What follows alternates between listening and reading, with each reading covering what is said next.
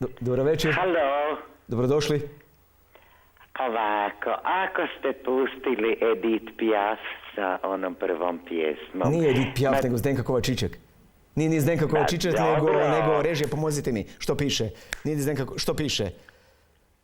Režija, pomozite mi odmah. Nije Edith Piaf. Pustite od Edith Piaf pjesmu... Halo? Slušamo vas, izvolite.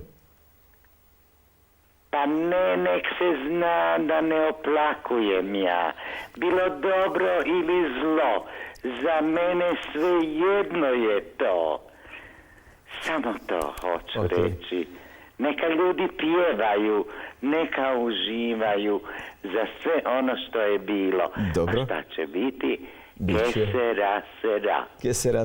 Zdenka Vučković, sad ćemo je čuti još jednom. Ajde režija, pustite mi da ja sam sebe udarim po ušima, ali sam pogriješio. O čemu razgovaramo večeras? Ajmo čuti tu još jednom Zdenku Vučković.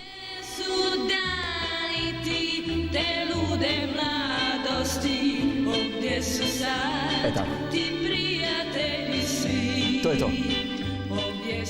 To je to. O tomu razgovaramo večeras. O gdje su dani ti. Prije mjesec dana niste uopće razmišljali o ovomu kako ćemo danas živjeti.